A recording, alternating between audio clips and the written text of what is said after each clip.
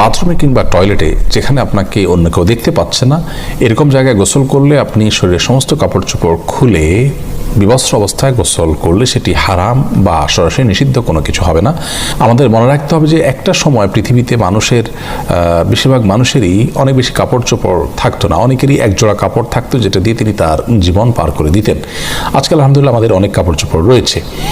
তো যার সামর্থ্য আছে এরকম অবস্থায় তিনি সকল কাপড় চোপড় খুলে গোসল করাটা তার জন্য অনুত্তম।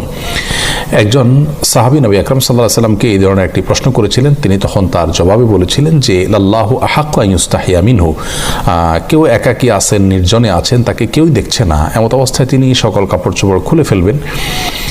এই বিষয়টি অনুত্তম, কারণ আল্লাহ তাআলা তাকে দেখছেন, আল্লাহর প্রতি তার লাজ লজ্জা থাকা উচিত অন্তত। আর এটি নানান দিক থেকে আমাদের জন্য ক্ষতিকর বটে, মানুষের স্বাভাবিক লজ্জা এটাও কমে যায়।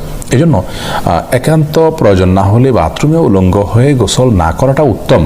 আমাদেরকে নবী আলাইহিস সালাম যে নির্দেশনা দিয়েছেন, বোঝা যায় নবী সাল্লাল্লাহু আলাইহি সাল্লাম প্রয়োজন ছাড়া বিবস্ত্র হওয়ার বিষয়টিকে পছন্দ করতেন না। তবে যদি কেউ বিবস্ত্র হন, তিনি একাকী আছেন, কেউ দেখছে না, তো সেটা তার জন্য হারাম হবে না। একটা হলো অনুত্তম আর একটা হারাম, দুই জিনিস। কিন্তু হারাম হবে না বিষয়ের কারণে, গুনাহ হবে না ওটার কারণে, কিন্তু অনুত্তম হলো একজন মুসলমান অনুত্তম কাজ থেকে বেঁচে থাকার চেষ্টা করবেন, কিন্তু প্রয়োজন হলে তিনি এটি করতে পারেন। অতএব গোসলের সময় অন্তত নাভি থেকে হাঁটু পর্যন্ত সতেরো জায়গাটুকু ঢেকে থাকে এরকম গামছা বা তোয়ালে বা লুঙ্গি অনেক কিছু পরনে থাকলে অবস্থায় গোসল করাটাই হলো ভালো। প্রয়োজন হলে উন্মুক্ত করতে পারবেন সেটিও।